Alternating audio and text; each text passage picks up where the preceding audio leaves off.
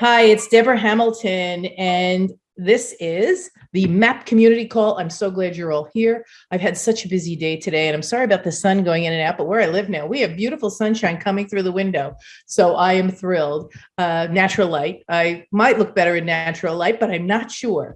So I'm Debra Hamilton. I run these community calls every Wednesday night at 6:30 to help pet owners take the best care of their pets they can, long-term, short-term, which means that you have to make a plan.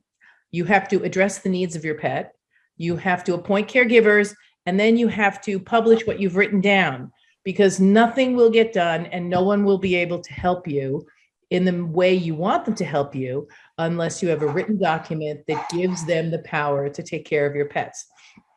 So before I go off on the why you need to do that, I do want to continue the discussion on whether, because, people really need to be more conscious. Even I need to be more conscious. So I walked Juni this morning, I kid you not, at 6 a.m. because North Carolina is getting to be a mess, and it's really hot.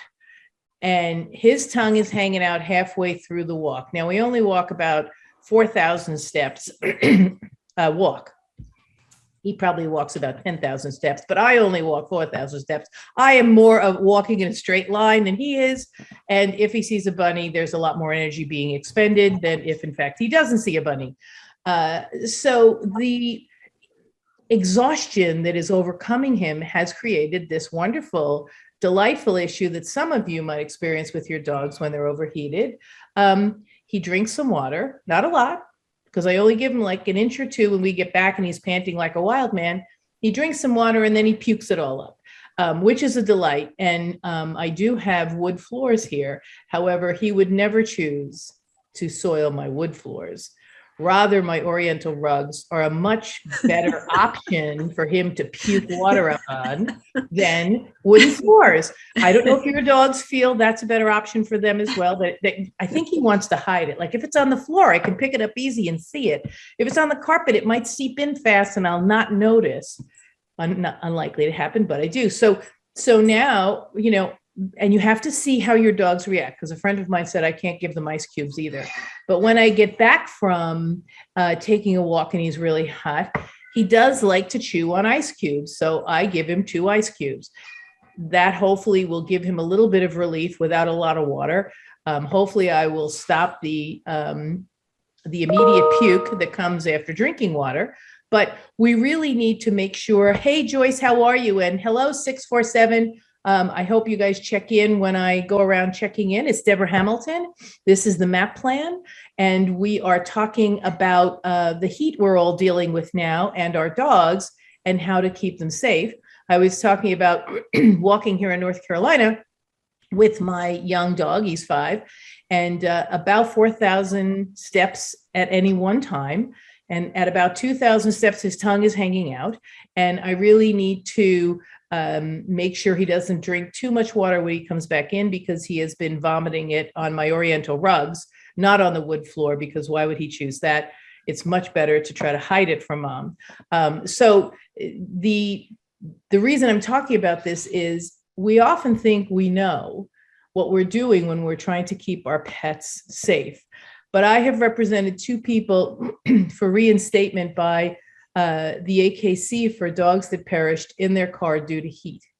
And both of those people thought they had done everything with respect to the animals to keep them safe. One had a beautifully air-conditioned box truck that had never failed in its life, and it failed.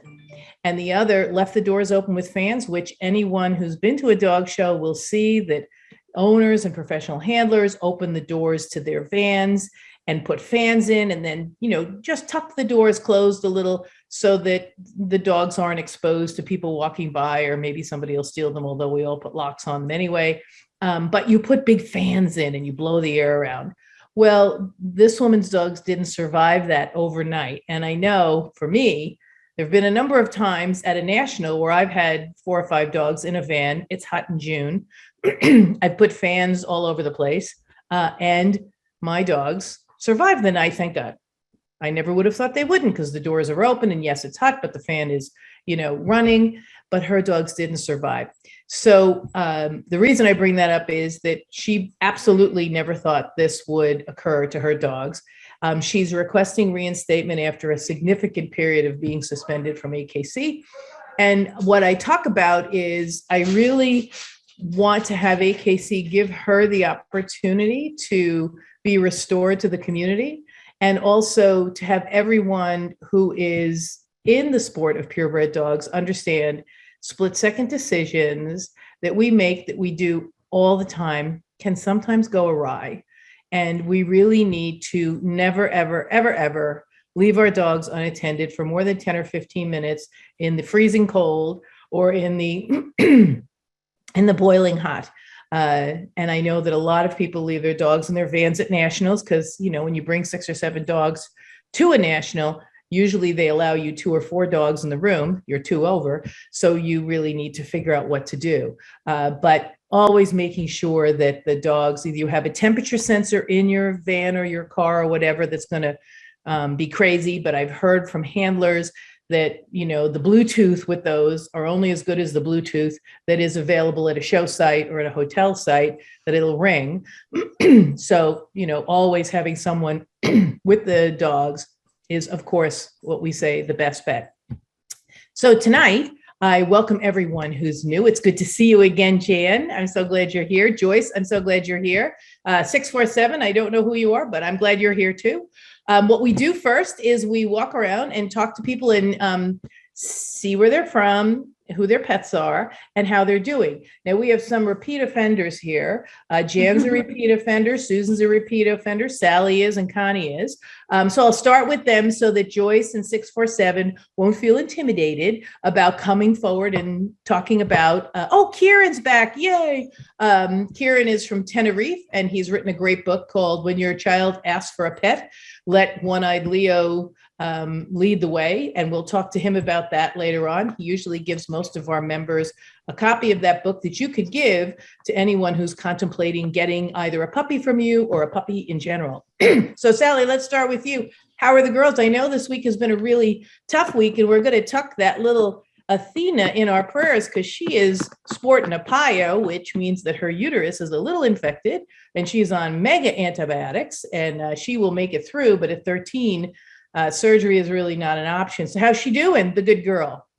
Well, great. The drugs actually are working extremely well. I know that feeling after my knee. The drugs are working extremely well. The drugs are working, and we're like you, we're walking at 6 in the morning and just keeping her cool. And her sister has moved over and is sleeping right next to her and keeping an eye on her, but she's eating her food.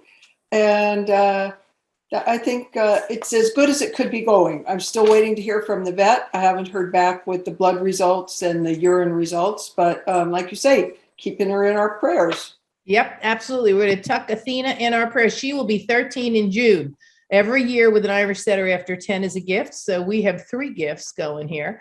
So we're thrilled. Susan, how's Maggie? Oh, Maggie's doing okay. You know, I emailed Kathy Matson because I wanted to find a camp for Maggie. I watched a Prime movie, Prime Amazon movie, and it showed a day camp for dogs in England. And it looked like the dogs were having a blast. And I thought that might be something that could really benefit Maggie. You know, not for training, but just to be able to get off some energy. Oh, absolutely. And if she is able to tolerate other dogs in a positive way, that would be a great place for her. Yeah, if you know of some places. Well, you know who you should ask? That guy, I gave you his name. And I'll look Doug Poynter, I think his name is. Poynter, I'll send you his information because he might know of a group nearby you because he lives in Virginia. Yeah, I would love to take Maggie to something like that. Perfect. That would be great. That's always a first step. So I'm glad she's doing well. She's sort of behaving herself, and we're thinking of new avenues to get her fired. Yeah, right. Connie, I hear you have some good things to report on the Mr. Casey. It's coming to me. Give me a minute.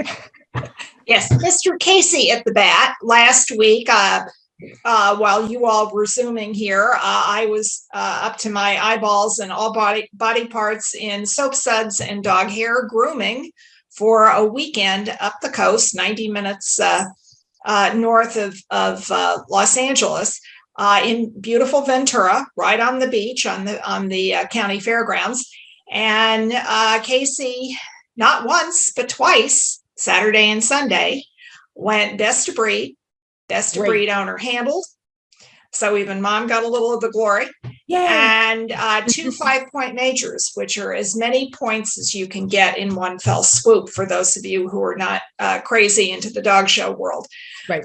So he has, despite being a COVID puppy and cooling his paws for a year and a half, he got back in the ring last August in Santa Barbara, finished his championship in January, and since then has been going great guns. He now has 18 out of 25 points toward his grand championship, and we just need 7 more, and he has all his major wins. So we're hoping to do that Memorial Day weekend at a very famous set of shows called the Mission Circuit. If you're in Southern California and you know it well, used to be at the LA County Fairplex, but we got booted out because the LA County Fair moved from September to May. Again, the hot weather. Yep. So we're out in San Bernardino, but at any rate, we're hoping to finish. So, and he's busy there under your desk. That's actually mom. That's Patsy. Yes. Patsy, yes. She's like, wait, mom, you're talking. I need to be on the screen. Exactly. Yep. So at any rate, that is our very, very happy report. But in fact, at some of the recent dog shows, there have been announcements over the PA system. Somebody, car number, license plate number, please go attend your dogs. They're in a hot car, go take care of them. So that happens just about every dog show. Yeah. And, we really do think we do what we need to do. And that's why when people are suspended, I don't have a problem with them being suspended. I do have a problem with them not being able to be reinstated after a period of time, which is why I help work with them to get reinstated based on their ability to show that they have really taken accountability and responsibility. I'm a big restorative justice person. So if you take accountability, restorative or responsibility and talk about what you did and not be, a recovered whatever, but rather just make sure you take that second look, that third look, because it really could save your dog's life. Jan, how are things going with you and the kids? I've been dealing with some health issues, which is why I wasn't here for a few weeks. Well, we missed you. Thank you. And so kind of heeding everything we've said, I was having a very severe allergic reaction to they don't know what. So when I got on the phone 2 weeks ago, a week and a half ago with the allergist, she's like, well, we don't really want you to do another course of steroids. So try to wait till tomorrow. But if you stop breathing and your throat closes, go to the ER. The end of the call. I then called my friend and said, can I come stay at your house? My friend who's on my list. Because one is I didn't want to be alone. And two was I figured that if I did have to go to the ER, I didn't have to worry about Tonka. Right. Everybody. And so we went and we stayed with her for 5 days so that I would, have a backup in case anything happened. And I knew that he would be fine with her husband and her 2 dogs. So I just figured it was a lot easier than having a list. It makes you think. It really does. So being allergic to something, and it may, God forbid, be Tonka, but that would never make Tonka probably go away. It would just make you have to do all those allergy horrible things. Right. So we still haven't figured it out, but at least I'm not in very uncomfortable and having, kind of trying to manage. But yeah, so that was my past few weeks. Well, we're glad you're back. I'm happy to be home again and kind of managing. So now we just hopefully take it from here and just happy to be here with you all. Great. And her name is up on the wall, right? God forbid. anything happens? Yes, it is. Yeah, her name is up on the wall, but I just figured that if I didn't have to use the wall, I was Right. If I didn't have to use the probably- wall, if I could go stay there and she knew I was not breathing, Yeah, which that's was right. very proactive of you. I am very proud of you. You've taken the moves that are perfect. What we're talking about is that I usually remind everyone who's here every single Wednesday to have a card somewhere very visible. And if you don't want to leave telephone numbers out for people to see, have a card very visible that says there's a yellow or a red or an orange file on my counter. And that is where the people are who will take my dogs. Don't remove them from my house, because what we don't want is your cats or your dogs to be removed from your home. Because once they're removed, if you are unable to answer the phone when they call to say, hey, we've got your dogs, do you want them? And you're on an intubate, you're intubated, so you can't speak, and nobody knows who to call other than maybe you. The dogs might go to a shelter, animal care and control, and then they might go to a rescue and be adopted out. And I can tell you that my experience is that the rescues and shelters, when they adopt a dog out, have a very airtight contract that will not allow you to get your dog back. So make sure you are able to answer the phone if you have, God forbid, a stroke, God forbid, heart attack, God forbid, COVID. Just make sure you don't lose consciousness so that you can answer the phone and tell them, no, don't take my dogs. Or put this 3x5 card on the window in your home or on the refrigerator, and on it will be at least 2 names of people who will care for your pet short-term, long-term.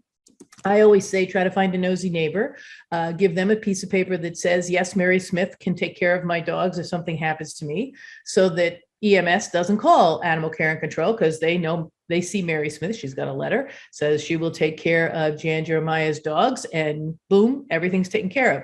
So tonight, after we hang up here, I want everyone to make sure they have that 3x5 card. So that would be 647. I want you to have the 3x5 card. And Joyce, I want you to have that 3x5 card with at least 2 people, and they can't really be family members. I mean, you could, but family members usually will be with you. So you should try to have somebody other than family members. So Joyce, welcome. Unmute yourself and tell us where you're from and what kind of animals you have. I'm from Newton. I'm from Newton, Massachusetts. Wonderful. And I have, maybe you could see him. Oh, look at that baby. I have George, and George is obviously a golden retriever, and George is the 5th golden retriever I've had. Usually we've had them 2 at a time, but George is a one and only now. Yeah, well, he's the king. He's the king. He doesn't want any princes or princesses around. Oh, well, he does. We're just trying to find an adult golden, or, you know, one who's a couple of years old. I don't think I can do puppy land again.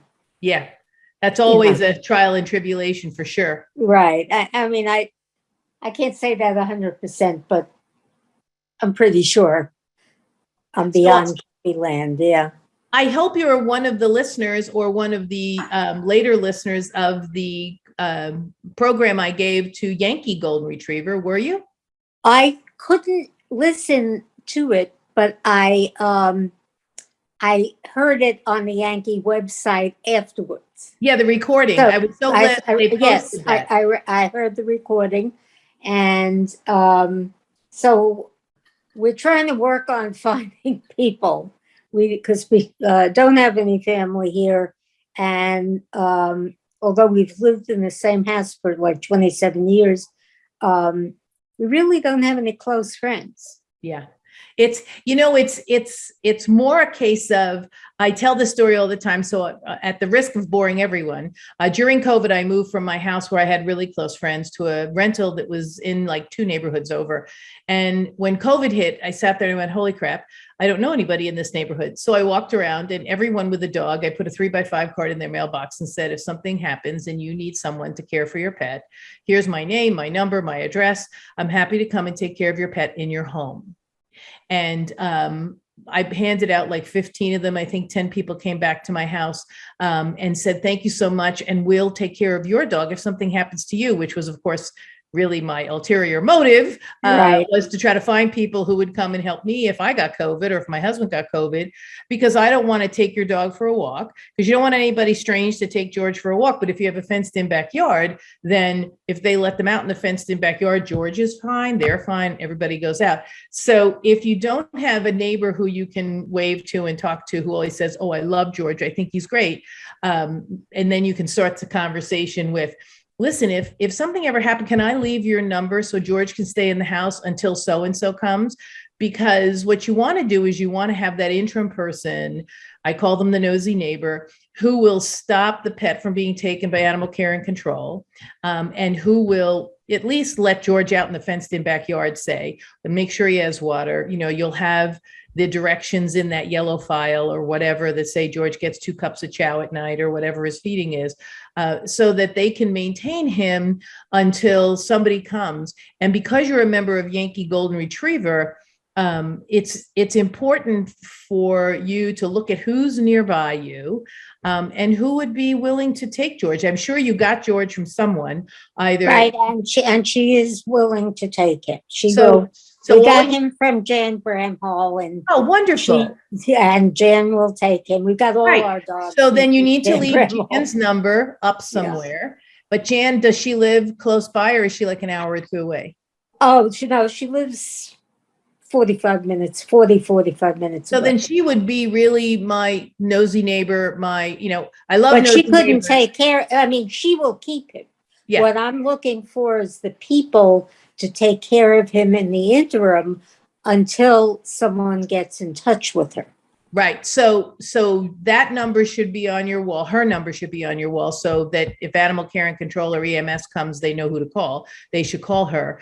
But also, as I said, if you have a neighbor who has a dog, even a young couple, and just say, listen, I know this might be a funny question to ask, but if anything ever happened to me, can I ask you to just let George out? I presume you have a fenced. I have a fenced-in yard. Would you come in and let George out in the backyard? My breeder will come, but it might take her a few hours, and I just want to make sure George is comfortable. It may take her a few days if it's like weather related or whatever, because you really want to build that relationship with neighbors who, because I'm sure you have, some nice neighbors around who you talk to and shoot the breeze with, and just say, not that this will ever happen, but if it does, here's a note that says, who to call, which give them her number as well. And they'll call her, but they'll know that they will take care of George for a few hours before she can get there, because you want to make that intro. But that's the way to do it. It's to make sure that you find people who are willing to help you short term, like the people in my neighborhood who came and said, sure, or long term. I have to tell you that there was a neighbor next door, when he found out I had, pulled all these people in from around the blocks that I walked, because I walk like a crazy person during COVID. He said, why didn't you ask me? And I said, well, A, you don't have dogs, and B, you have cats. two things that Juni, cats are not Juni's friend. So he said, yes, but I would come over and stay in your house with your dog. And I said, well, I'll put you on the list. I said, your name will be up on the wall, and you can be my nosy neighbor who's going to come over and say, I know what she wants done with her dogs, and leave them put. Because the thing that frightens me so much, especially with all of us who have our beloved dogs, is I don't want anyone's dogs to be removed if we can help it. Leaving them in their house, first of all, something's happened to you, all this commotion has happened, and then they're taken by animal care and control.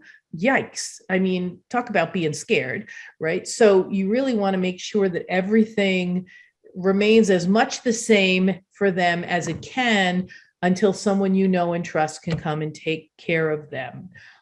That's the most important piece. And it takes a little bit of time. It takes a little bit of that conversation with your people. Yankee Golden Retrievers, a great club. So there are several people. I'm sure that it's Jan, right? That you said would come and get your dog? Jan Yeah.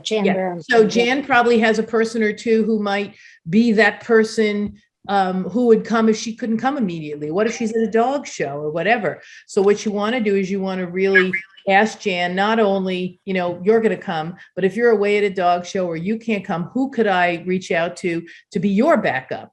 We never think of this. It's sort of like this truncated piece of spaghetti, this bowl of spaghetti where we have one strand that's connected to another strand that's connected to another strand. And, if you get a dog from a rescue or you get a dog from a breeder, asking them who would be the person to come to get the dog if something happened to me, and then who would be in your place if you couldn't come.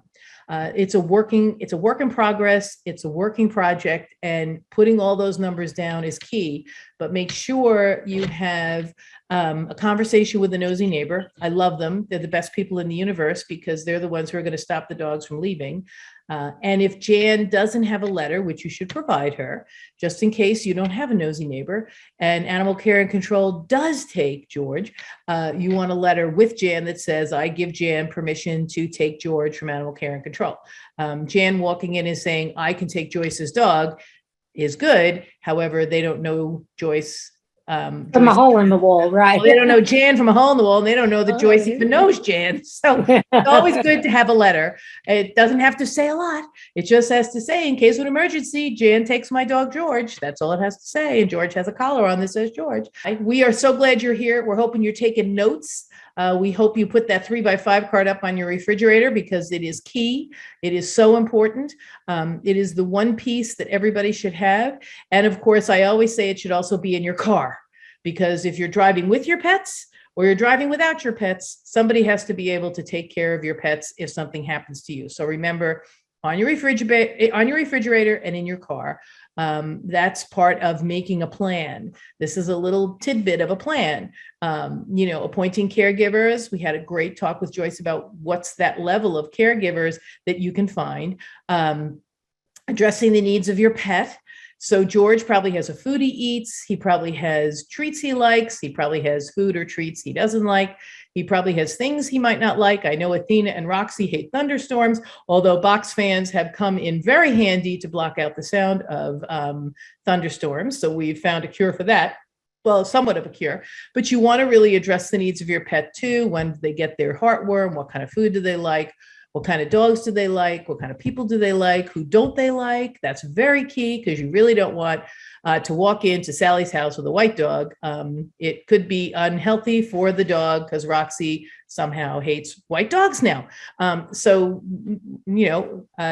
would tell someone who was caring for Roxy, please do not walk her close to white dogs. She has an aversion all of a sudden in the last 2 years, but it is something that changes, and you have to update these plans all the time because the medication they take, the temperament changes that come, you really have to update these plans all the time. And so, Kieran, we are so glad you're back. Are you still in Tenerife? The picture looks different, so I'm not sure you're still in Tenerife. Hi, Debbie. Yeah, no, I'm still COVIDing in Tenerife. Yes, still COVIDing in Tenerife, indeed. I had the COVID back in January, and it dragged on surprisingly for a few months. But I was talking to a doctor about 3 weeks ago, and she said, "Yeah, if you give up all wine, all coffee, and all chocolate, it might help." Yeah, I'd rather be dead, so I will just muddle Yes. So, no, that's not the best part of the story. So I thought, well, we'll try that. So straight away, I give up the coffee, the chocolate, and all alcohol. And 3 weeks later, I met the doctor early in the morning in her practice. And she said, "Oh, no, just wait. I have to get my cup of coffee first before I can see anyone." Yeah, could not give up coffee either, Kieran. So I thought, well, I'm not sure if I was in the wrong medical practice, the wrong island, or the wrong planet, but these things creep up on one. Yep. Well, I think Sally has to run. So Kieran, we love you. And it's Sally's birthday. So before she goes, let's all sing a very important song. 1, 2, 3. Happy Happy birthday. birthday to you. Happy birthday. Happy Birthday birthday to you. Happy birthday, Dear Sally. Happy Happy birthday birthday to you. to you. Thank you If you so come- much. And many more, and many Become a member more. of the community and we find out your birthdays from little birdies. So there you go. Have a great dinner. Give Gordon my love. Thanks a million. See you guys later. Bye, Yes, honey. Sally. Thank you for the Sally. song. So Kieran, you have just, what's up with the book? How's everything going? It's still going slow, but it's still alive and it's still moving. We're still working with the European funded program to get this body of research behind it, and hopefully, Yeah, because We'll it's hear- going to show that people really are able to know what they're getting into before they get a pet. Ask those Yeah. questions, answer those questions, understand the responsibility, and then, it may fail, but it has less of a chance to fail. well, the way we're looking at it is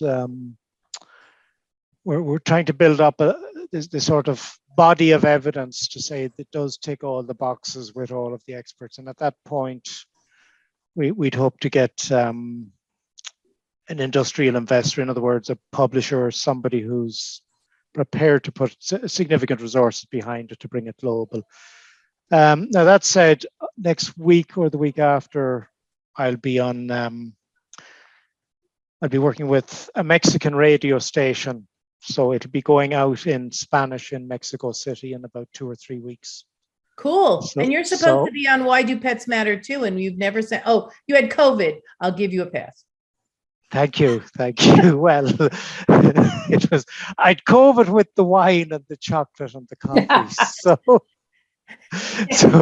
You've really had a bad new year. I wouldn't want to be you. I couldn't give up the coffee or the chocolate, or for me, it's the, Irish whiskey. So sorry. right. But just to pick up on one point you mentioned earlier, Debbie, on restorative justice being one of the ways you see the world. It just reminds me of a comment from a dog trainer I met many years ago, who was one of my teachers, and she basically used to teach dog training in one of the prison programs. And I don't know if you have this in the States, but it's quite a big thing in Ireland to get. Yes, we do. Right, and apparently it does change behaviors in ways that the penal system was never designed to. Maybe that's the way to put it. But the one of her comments was, and I'll never forget this, she said, the biggest flaw in the canine DNA is that they're too forgiving. Yeah. And she said, if you had a monkey or a snake or any other animal in your house, you would never experience the same level of forgiveness at the moment of an indiscretion. Yep. And isn't it just a blessing that we have them forgive us for all our indiscretions? I know for Juni, he probably could write a book with my indiscretions. And I'm grateful that he gives me the opportunity. And I've written 3 or 4 articles on Michael Vick's conviction and the penal system. And I said it would have been so much better had he had to talk to the community about what happened over and over again, both to educate people who might be taking that path because it isn't something they see as wrong, or for people who are still so angry with him for the path he took. Sorry, Michael Vick's could you give me some background?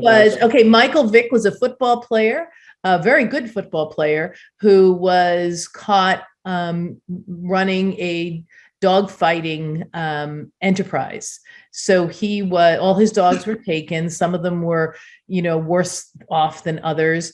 And they were all placed in, and I often want to see the dogs before I say, well, they were all terribly cared for and blah, blah, because we don't know. And sometimes stories are hyperbole. However, I'm sure dogs in a dog fighting institution are not mollycoddled, let's put it that way. So they weren't sleeping on the bed or, living, being cuddled.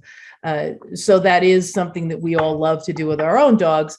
But for Michael Vick, he was given a prison term. He was given a fine, a very big fine. I think it was like $250,000 and 25 months in jail. And he served both of those and then went back to life, and no one felt he had been punished enough.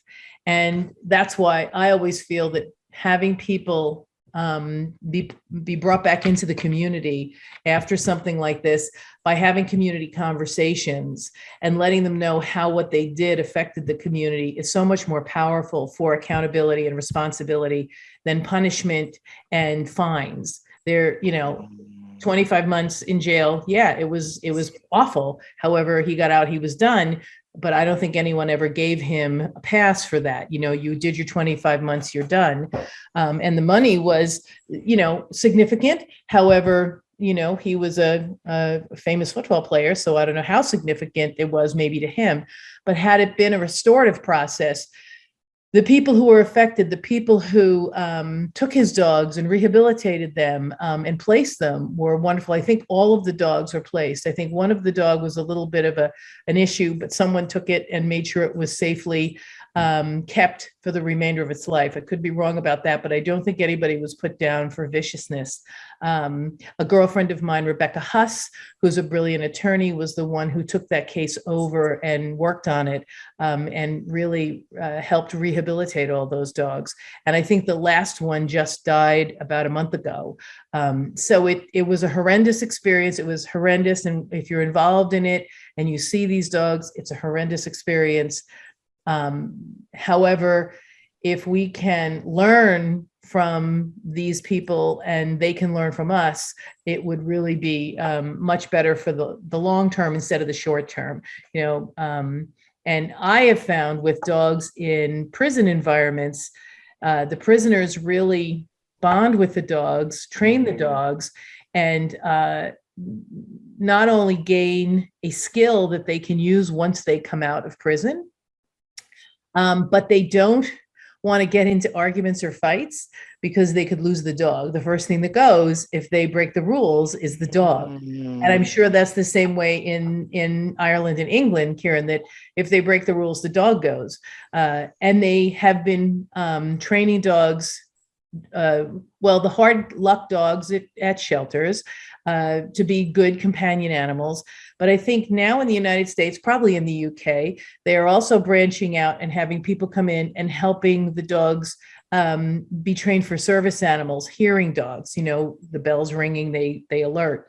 And PTSD dogs, if something happens, they lay on the person, diabetes, epilepsy. So, there's a way to help everyone in this, especially the dogs who are forgotten in doing this kind of work. So I really applaud them for doing that program. And I also love restorative in that it creates more of a dialogue between people who are affected by the crime that was committed and also the person who committed the crime.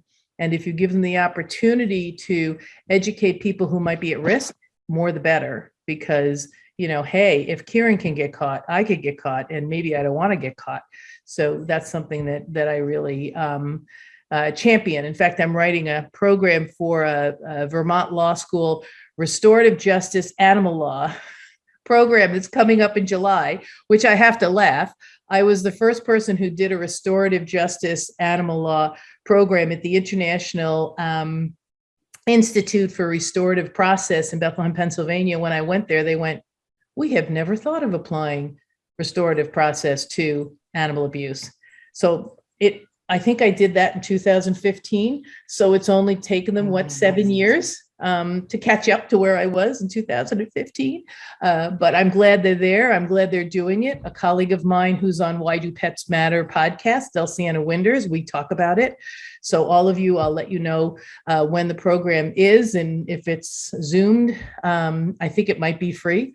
So I'll let you all know so you can learn more about it, because it will be all sorts of restorative process applied to animal issues. So it'll be really interesting. We're coming up on 7:10, and you know I talk too much. So I'm going to check in with everybody about how tonight went, and last thoughts. So since I ended with you, Kieran, I'm going to start with you. Oh, you cut me cold there. Well, last thoughts. Last thoughts. Back. You're feeling better. You're eating chocolate again. No. When I give them up, I give them up. That was it. Simple as that. So it's as long as football wasn't on that list, I'm quite happy. Hey, good for you. So, Joyce, what's your last thought for tonight? I found this very interesting, and I'm glad you went into more detail about the Yankee thing that I missed. I appreciate that. No worries. Join us every Wednesday, because we're all here. We're all doing the same thing. We're trying to make sure we have a plan for our pets. And, we talk about other things too, usually fun things, not too serious, but fun. And it's good to have a community that can help you keep focused on making that plan for your pet to make sure that they get the care they need, because, you have to navigate the journey they take when you can't care for them short-term or long-term. That's why you need a MAAP. Jan, how about you? I hope you get better and continue to improve. Oh, thank you. Yeah. And that's the goal anyway, stay as healthy as possible. Me and Tonka. Yep. Good. So that's a great last thought. All of us keep healthy, because it seems like there's some little bug running through here. So I'm not going to get too close to the screen. Susan, how about you? What's your last thought, honey? Well, I'm just sorry to hear about those 7 dogs that died, that perished, and I don't quite know why that happened. There was no boarding facility where those dogs could have gone to. No, so some of us are in dog shows, and we take our dogs with us to. No, I understand that, but there should be a place where those dogs can go, so something like that would not happen. Well, you're absolutely right. And there could have been several things that could have been done in lieu of. However, we all sometimes do the same thing we've done for years that has never. No, I understand that. It's just that we blame one person, but we're all participating in the situation that gave rise to that. So there should be some plan or arrangement for people to put their pets into a safe place. And in the alternative, make sure you never leave your dogs alone. Yeah, I mean, that's the alternative. And that's what I tried to express today.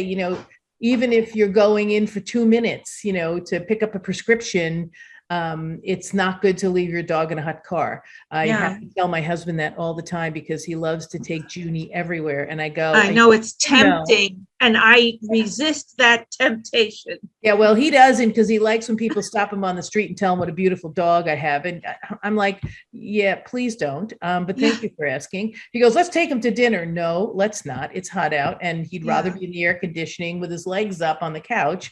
Sort of like I'm sure Casey and his mom do. So Connie, your last thoughts tonight, because there is a lot covered tonight. A lot covered, but given that we have ended up talking about illness, and Kieran, I did not know you had COVID. I am very happy that you're recovered, but COVID is once again running through my own part of the dog community. Emily, our National Breed Club president, whom you know, Debra, is just recovering from COVID, even though she's been boosted and vaxxed, 4 shots in the arm. And she has 3 Wheatons who needed to be taken care of. And she was sick as a dog. And then I found out that one of our committee chairs, with whom I deal as treasurer, and her husband were both down with COVID and are just recovering. And then finally, one of my very dear friends who lives less than a half hour from me and is first vice president of our obedience club, and an AKC rally and obedience judge took her 6-month-old Belgian turf pup up to their national specialty in Portland, Oregon, and had a high old time. And Kip, the puppy, was doing beautifully. And on her way home, she texted me because I said, I haven't heard from you for a couple of days. How did Kip do on the weekend? And she said, he did great. But I am sick as a dog. I think I have food poisoning. I'm 2 hours from home, and I'll let you know when I'm home. So then she texted me that evening, it was Monday evening, and said, I have tested positive for COVID and I am so horribly symptomatic. And she, again, vaxxed and boosted 4 times, and she's a professor at Cal State University, LA. And she's going into finals with her students, and she is absolutely down for the count at home. So, all of us are standing by to leave stuff on her porch as she needs it, but she is really in bad shape. So the COVID cases are rising again. Yep. And these 3 friends are California, Pennsylvania, and Delaware. So, it's around. And Oregon, because she was in Oregon. So it's up there. She was in Oregon. Pam probably brought it home from Oregon. Right. Well, I'm headed out to the National in Colorado June 1st. And I can tell you, except for the car ride with my girlfriend who's here in North Carolina with me, I probably will be wearing a mask because I have a very busy June and I don't have time to be sick. So I'm going to do my best to wash my hands a lot. That's one of the things you've got to do. I think a lot of us have stopped doing that, red raw hands. We're going to have to start doing that. And wearing masks in public places if you really feel like there might be a risk. And unfortunately at dog shows, there's a risk. And, it's okay if people look at you funny. I won't look at you funny. And if you want to come on this with a mask so that you don't get it from the screen, I get it too. But we really need to be a little aware because nobody wants to be sick. And, it happens all of a sudden. I mean, look at poor Kieran. He was vaccinated too, right? Kieran, you were vaccinated? No. Oh, right. Ooh. No, I believe in the power of nature. No. Oh, good. So you went, what did they call that? Bare bottom, right? And did it yourself, and you're better now though, but you were sick? I was. I had COVID twice. Yeah. And it's funny. I've similar experience to Connie. I know people who are vaccinated 4 times and still got it. Yep. Absolutely. I don't think there's any magic bullet. We hope for the best, but I think that the person itself and the vaccine, how it reacts in your body, will either make you resistant for a longer period of time, a shorter period of time. You can hedge your bets. You can do what Kieran did and hope for the best. I tended to not. This is my background. 24 years in infectious disease, my specialty. Jan, speak up. I said, 24 years I've spent in infectious disease world as a researcher. And I have to say that lifestyle issues are a huge factor, which no one talks about. Yep. So diet, supplementation, vitamin D, all those things, which no one wants to talk about, which play, diabetes is a huge risk factors. I mean, people know the risk factors, and that's part of my issue. I'm with Kieran. I actually was not vaccinated, even with all my background, and I worked in vaccine development for like 10 years and didn't get vaccinated. And just because I really feel like they didn't discuss what needed to be discussed. And that was, lifestyle issues. So, and I also know people both ways. I know people who were vaccinated, boosted, whatever, ended up in hospital, and I know vice versa. So, I don't think it's as I'm also not vaccinated. So, but I'm extremely careful. So am I. I am extremely careful. I'm very careful. I wear a mask all the time.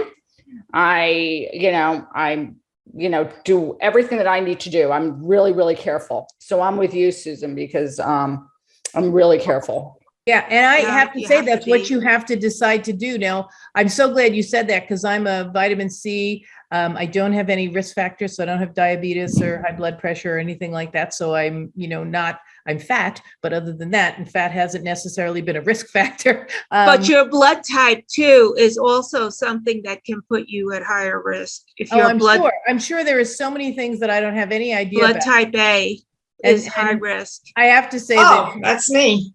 yes. Be careful. Well, that's why I got boosted Yeah. and vaxxed, and my oldest sister is a pathology professor at Johns Hopkins, and right in the throes of all the COVID research. So I am up on the science too, and that's Yeah, why I so got vaxxed. it's a choice that we make, but just make sure that you Mhm. take precautions to keep yourself safe. It's the only person you can keep safe is yourself. I mean, only you. And so keep yourself safe and keep your pets safe, because if something happens to you, your pets are going to have to find a place to be cared for. So just make sure you make that plan. I'm so glad all of you were here today. I'm so glad we had such an open and honest conversation, which makes me absolutely my heart flutter, because it is about personal choices. It is about things that we want to do for ourselves.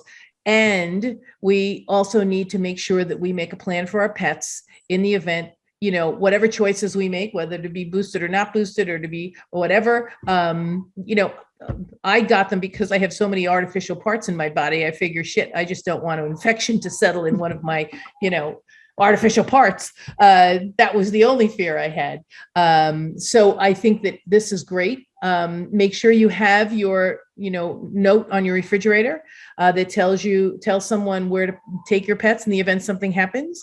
And until next week, it's Debra Hamilton. So glad all of you are here. Please come back. We love having this kind of discussion because we always learn something new.